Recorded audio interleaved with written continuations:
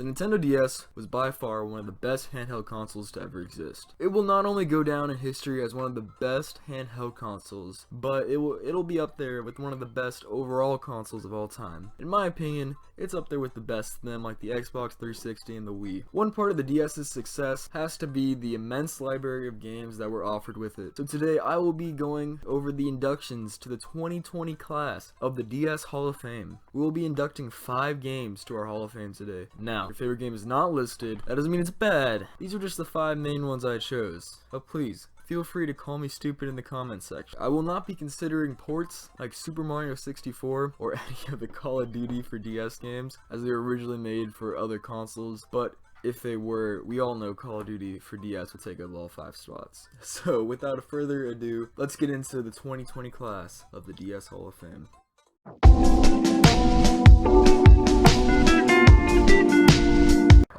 Alright, this wouldn't be a Watch Mojo video if we didn't go over our honorable mentions.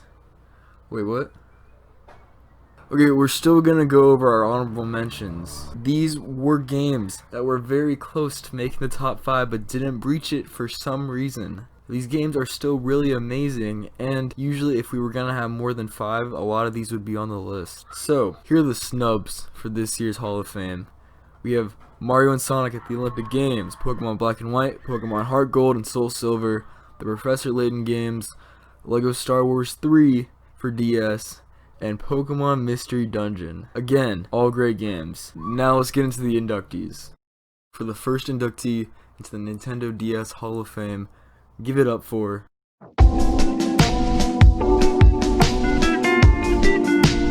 Come on, you knew this one was gonna be here. It's a classic. It not only brought back the Mario franchise and changed it forever, but it was one of the first games to be on the DS, and it was probably the most marketable game from the DS. The game was loved among fans. It was one of the most iconic DS games, and it'd be kind of a travesty if it wasn't here. But what made it so good, you ask? It really changed how Mario games were made from there on out. I know nowadays we see all these new Super Mario games, and they all seem the same and repetitive, but mainly that is because of how good this one was. Because when it comes to 2D platformers and 2D Mario platformers, it doesn't get better than this game right here. It was fun, it's exciting, it had a good story. Well, the story was a classic Mario story, but it was still pretty good. And overall, it was such a fun game, and it had to be on the Hall of Fame. So let's welcome New Super Mario Bros. To the Hall of Fame.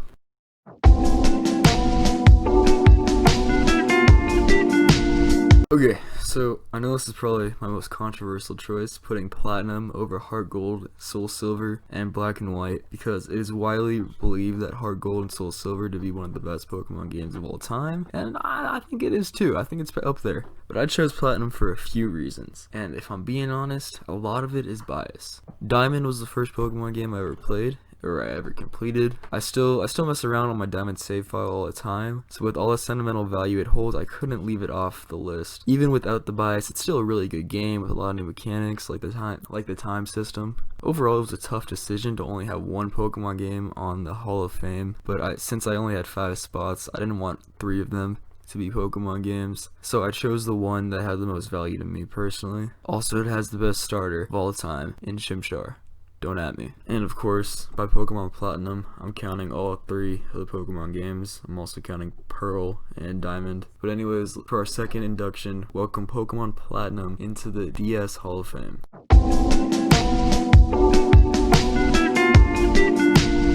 Alright.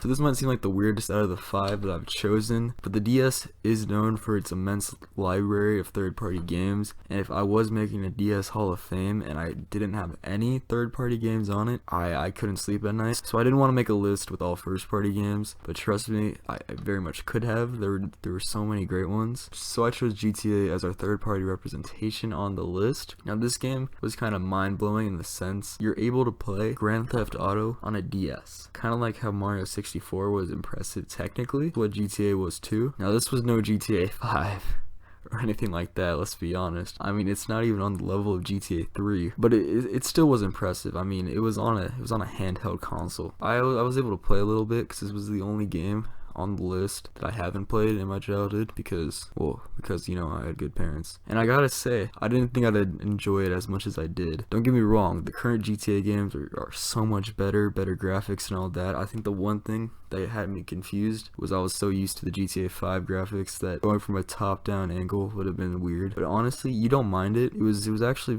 it's kind of cool. It was kind of new, you know? It was very enjoyable. And so adding that to the fact of how revolutionary it was to have a GTA game, I'm happy to have it on the Hall of Fame. So for our third selection, please welcome Grand Theft Auto Chinatown Wars to the DS Hall of Fame.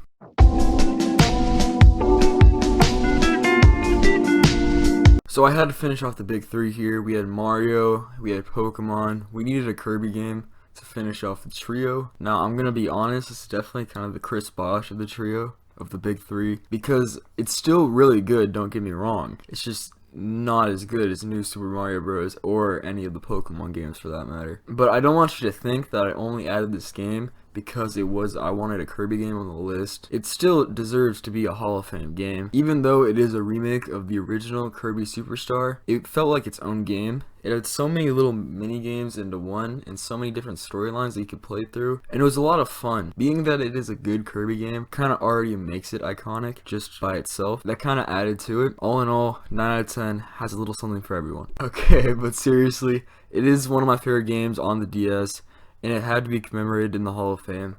So let's welcome for our fourth selection, Kirby Superstar Ultra to the DS Hall of Fame.